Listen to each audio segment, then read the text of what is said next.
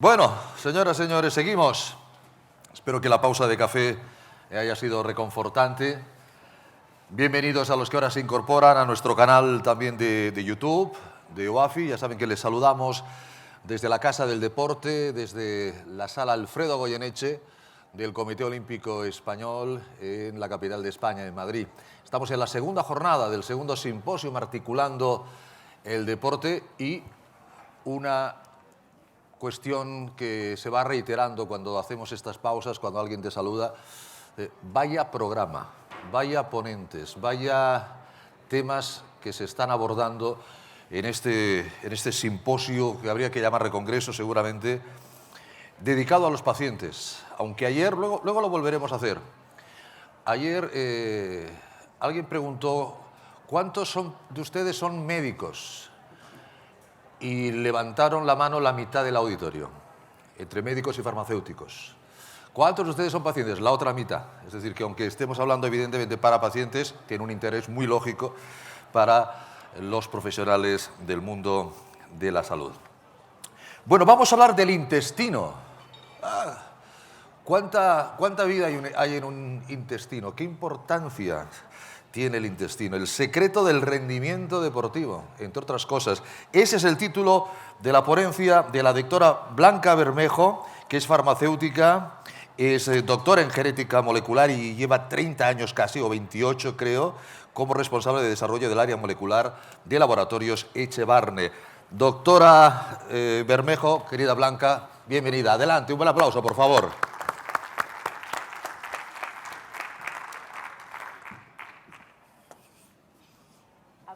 ¿Se me oye? Sí. Yo quiero agradecer primero a la organización el haberme invitado y luego, sobre todo, al doctor Vergés y al doctor Villalón, que bueno, la relación es muy buena, sobre todo con el laboratorio y conmigo, que les he conocido hace poco. Entonces, a ver, esto del título, ¿de qué voy a hablar? Pues voy a hablar de esos bichitos que están dentro de nuestro intestino. De eso es lo que voy a hablar. Y yo siempre empiezo diciendo estas dos frases, que una es de hace 400 años antes de Cristo y la otra de sobre el 1900. Y cambiaría un poco, ¿vale? Toda enfermedad comienza en el intestino, bueno, y la salud también comienza en el intestino, añadiría. Y la muerte se inicia en el colon, la salud se inicia en el colon. Entonces, bueno, están como anticuadas. Hay que añadir algo más.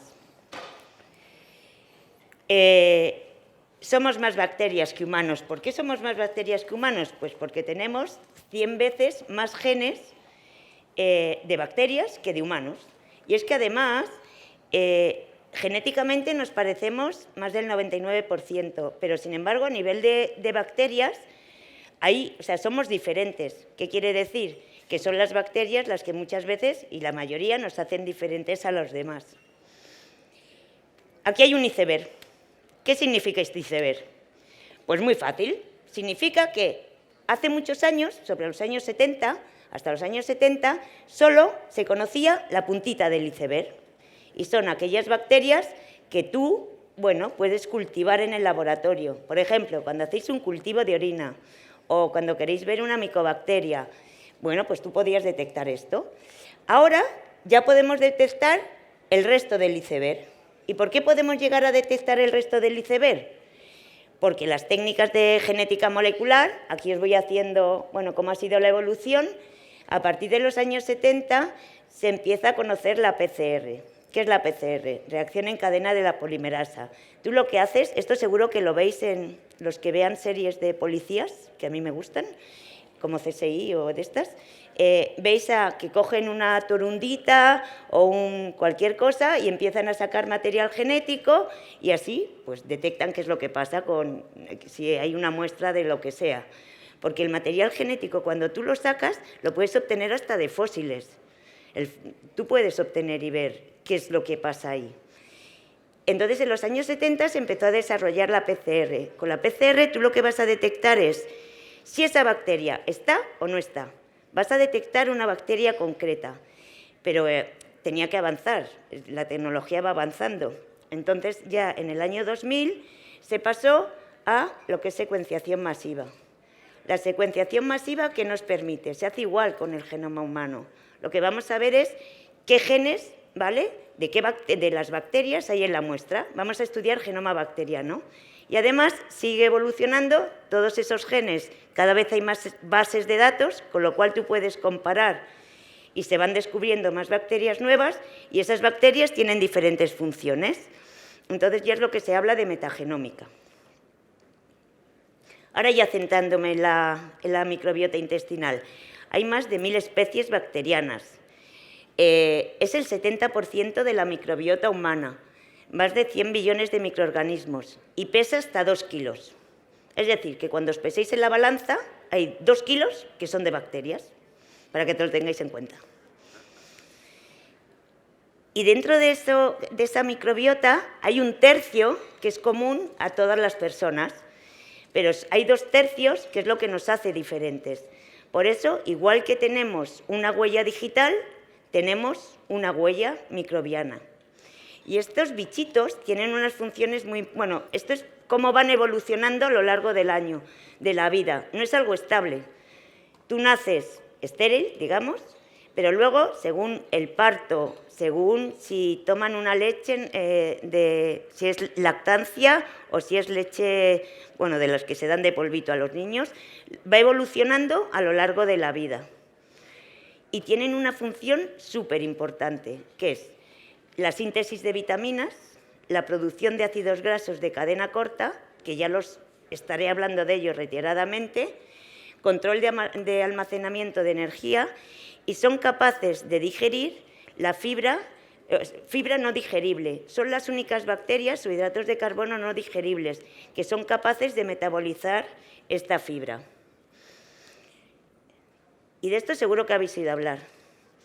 El segundo cerebro. ¿Por qué es el segundo cerebro? Porque es un sistema nervioso independiente. Tiene más de 100 billones de bacterias. Y está en comunicación con el intestino. Están hablando por teléfono todo el rato. Si se altera la microbiota, pues esto influye en el comportamiento. Por ejemplo, hay muchos estudios con autistas. Se ha hecho trasplante fecal en niños con trastorno autista. ¿Cura el autismo? No, pero mejora la conducta. Igual ocurre con la depresión. O sea, hay una relación directa. Entonces, cuando esa microbiota, por si oís los términos, está equilibrada, no hay patógenos oportunistas, de lo que se habla es de eubiosis. Cuando hay un desequilibrio, entonces estamos hablando de disbiosis. Si os fijáis, aquí aparece el deporte, que es el tema del Congreso. Pues vamos a ver qué ocurre con el deporte. Pues un círculo virtuoso. Con el deporte mejora la microbiota. Una buena microbiota mejora el deporte. Es un círculo. Por lo tanto, hay que mejorar. Hay que hacer deporte, pero también mejorando la microbiota. ¿Qué es lo que ocurre con el deporte de élite? Bueno, pues que hay pérdida de glucógeno, se rompe el equilibrio hidrolítico, hay más oxidación, respuesta inflamatoria. Y entonces lo que se ha visto es que la alteración del ejercicio, la alteración que produce el ejercicio en la microbiota puede llevar a más trastornos digestivos, incluso trastornos anímicos o trastornos digestivos o de inflamación. ¿Qué es lo que pasa? Y se ha visto, hay muchos estudios, estuve hablando en la radio de OAFI, que me dieron así la oportunidad, y os puedo dar a quien le interese un montón de estudios relacionados de deporte de élite y deporte que no sea de competición con microbiota y cómo se mejora. Por lo tanto, lo que hay que hacer es tener esos bichitos que estén en equilibrio. Estos os voy a poner ahora 3 presentaciones, 3 diapos rápidas de deporte, para que veáis que es algo de lo que ya se lleva hablando mucho tiempo. Esta es un metaanálisis, ¿vale?, de la microbiota y el ejercicio de alto rendimiento, donde se ve que si la microbiota es correcta, ¿vale?, y la pared de la microbiota es correcta, ¿por qué? ¿por qué tiene que ser correcta? Porque se tiene que evitar la permeabilidad intestinal. ¿Qué es la permeabilidad intestinal? Pues que esa mucosa de las bacterias está alterada y o sea, las bacterias están alteradas y alteran la mucosa. Y es como si entonces en lo que sería la pared intestinal, en lugar de estar toda unida y protegida, hay unos agujeros muy grandes que permiten que penetren sustancias tóxicas.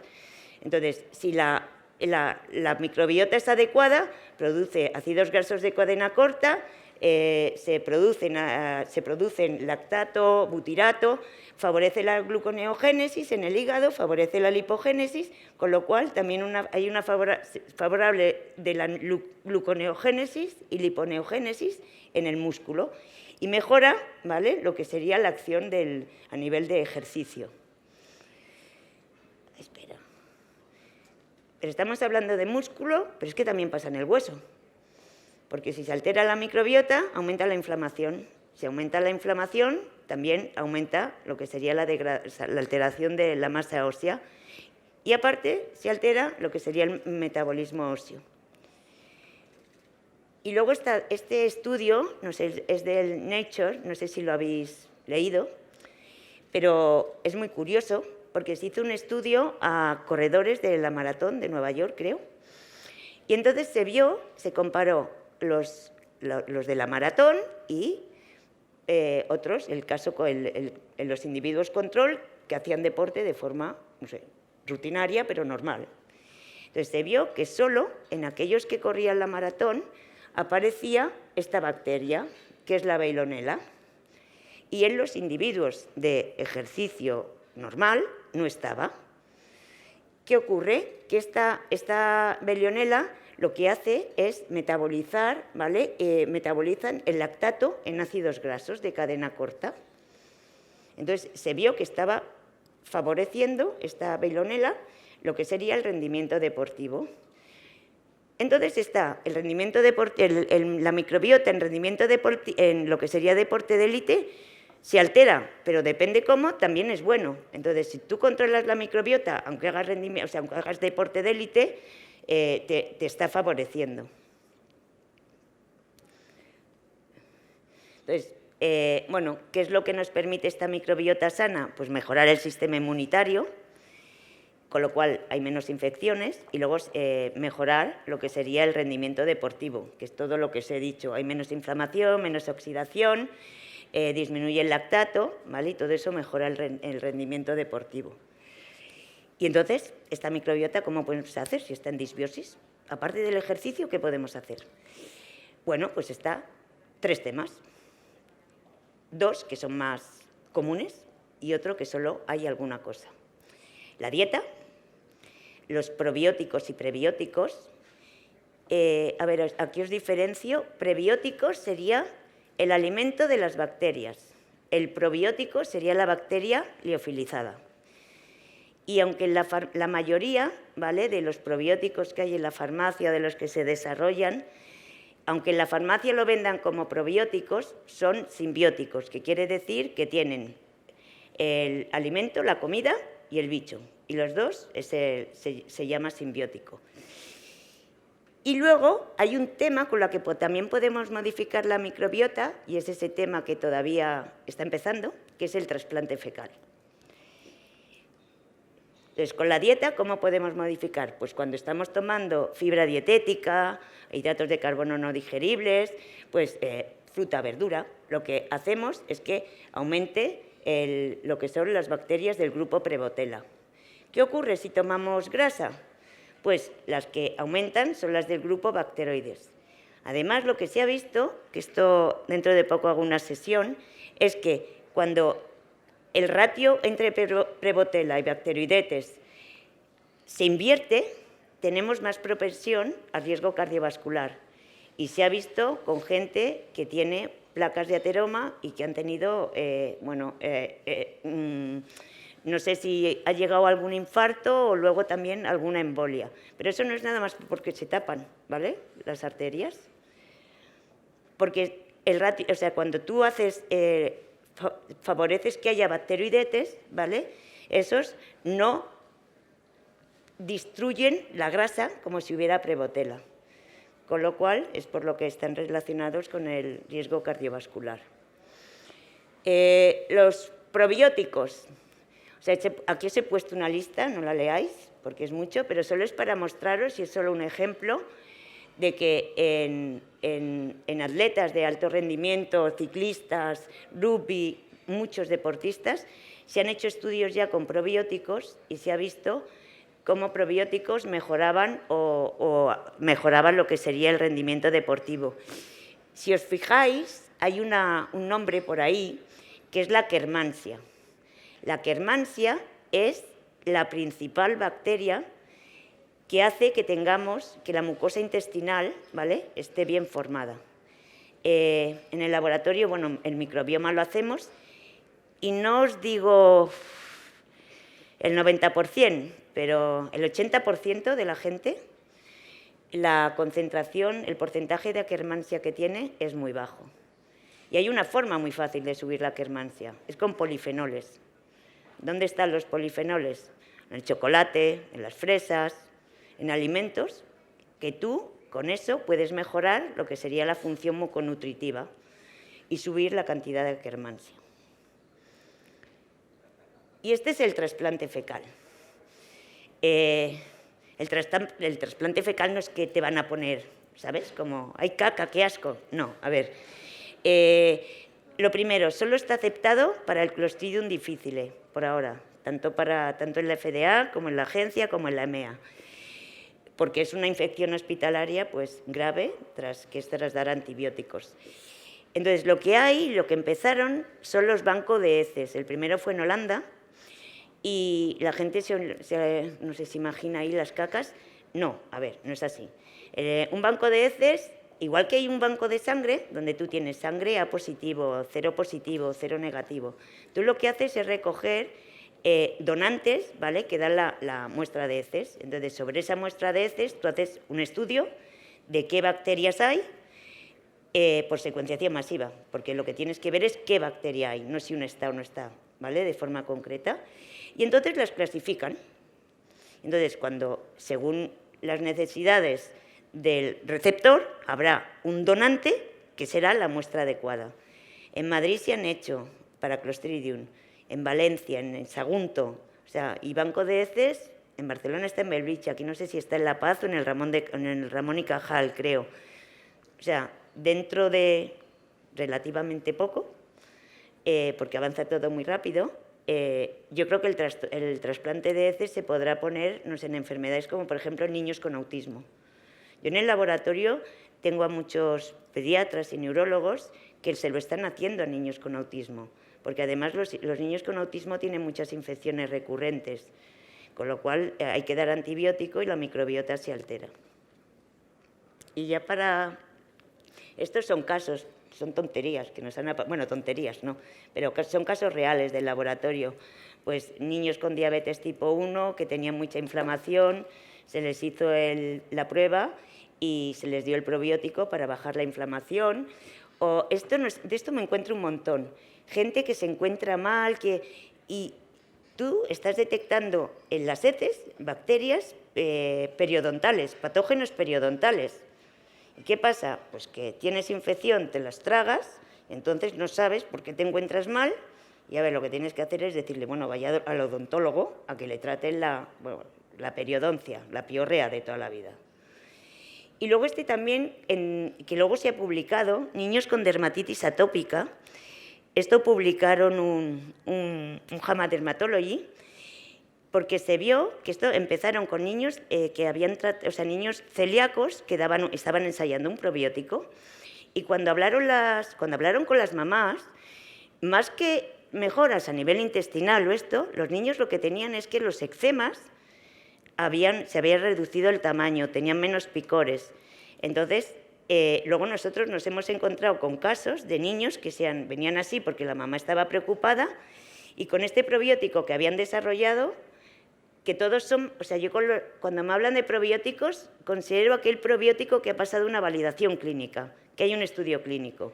No, igual que un medicamento, pues tiene que haber las personas enfermas y los casos control, y tratar como un estudio clínico. pues los niños mejoraban mucho. Y nosotros nos hemos encontrado con niños que luego se les ha dado el probiótico y han mejorado. Y como curiosidad, para la psoriasis, que es una enfermedad autoinmune, ya hay como, bueno, el mapa de las bacterias que están y no están. Está ya establecido la microbiota de aquellas personas con psoriasis. Y ahora, no sé, creo que saldrá dentro de poco el estudio de la validación clínica del probiótico. Y bueno, para acabar, tengo que acabar con Watson y Crick, porque es mi mundo, que son los que resolvieron la estructura tridimensional, la doble hélice del ADN. Y ya está todo. Un aplauso para la doctora Bermejo. Blanca. Tiene una vitalidad tremenda, doctora. No, me gusta. Yo recuerdo cuando vino al estudio para hacer el programa, que mencionaba antes, lo revolucionó todo. Entró un terremoto, pero que nos impregnó de esa alegría. La primera vez en la radio me impresionaba. Pues no lo parecía, nos quedamos impresionados realmente nosotros. Bueno, yo tengo algo más de 2 kilos de bacterias, ¿eh? Sí. Un poquito más de 2 kilos de bacterias, pero bueno, eso ya lo arreglamos. Por cierto, ¿cuál es el CSI que más le gusta, doctora? A mí, el Horacio. El de CSI Miami, es que yo también estoy enganchado a esa serie. Le voy a hacer unas preguntitas, con su permiso, vale. Y si alguien quiere preguntas para la doctora Bermejo... Sí, preguntarme, perfecto. Que me encanta. Pues empieza... Uy, el público. Pues el público siempre tiene la palabra. Adelante, caballero, que viene de Italia. Hola, sí, hola a todos. Ciao. Me llamo Mario Colucci, llego da Italia, sono un ricercatore in neuroscienza e trabajé muchísimo sul sistema nervoso intestinal. Lo que yo trabajé sulla malattia del Parkinson y lo que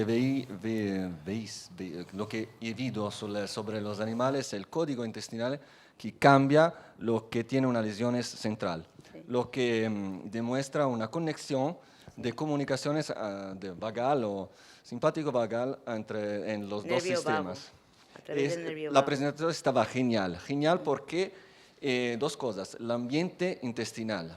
El ambiente intestinal crea un código de comunicación en el sistema bacterial. Lo que el ambiente son los bacterias que se comunican con las células del cuerpo, como se preguntan algo que necesita el cuerpo.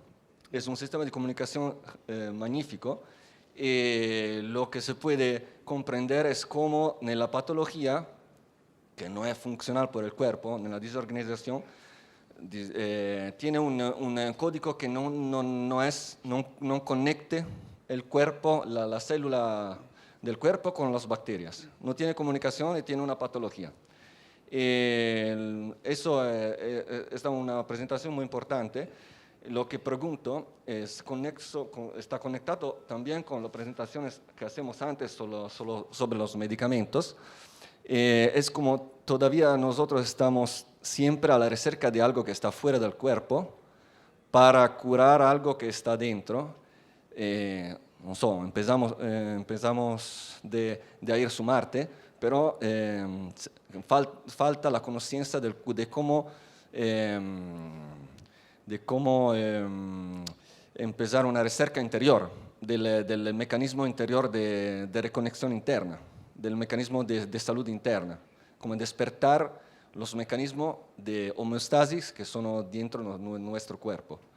Y con los bacterios también que podemos empezar como terapia, es una manera de comunicar muy eficiente para establecer el equilibrio en el cuerpo. Sí, pero para establecer esas bacterias es que es muy fácil. O sea, tú lo que te tienes que ver es qué bacterias hay en desequilibrio y haciendo eso con la dieta y con probióticos, que, a ver, cuando a mí me preguntan, ¿hay un probiótico para cada persona? No es verdad. O sea, en el intestino hay una comunidad microbiana, ¿vale? Entonces tú lo que tienes que buscar son probióticos que, por ejemplo, se ha visto que ese grupo de bacterias que incluye vitaminas, minerales, para favorecer el crecimiento, son buenos cuando hay un proceso de inflamación. Otros, cuando hay un proceso de oxidación. Entonces, es fácil si tú, con una buena dieta, ¿vale?, incluyendo algún probiótico para que se llegue a estabilizar, tú eso lo puedes mantener. Yo ahora estoy haciendo un estudio con trastorno obsesivo compulsivo. O sea, y con depresión se ha visto. ¿Qué pasa? Que cuando esta microbiota está alterada y el sistema nervioso reacciona, también se producen marcadores de inflamación, como las interleuquinas. Con lo cual, hay que equilibrar. Y si hay desequilibrio arriba, hay que buscarlo abajo para que la señal que mande sea buena. Bueno, es como intentar de restablecer la conexión. Sí. En un lenguaje de las bacterias con las células. Sí. Bueno, gracias. Está claro que todos llevamos un kit interior de autorregeneración. Caballero, adelante. Hola, Blanca. Hola. Mira, hace unos años, yo soy un creyente de todo el tema de microbiota y hace muchos años empezamos a hacer un estudio muy divertido en el que vimos que cada individuo tenía un zoológico particular.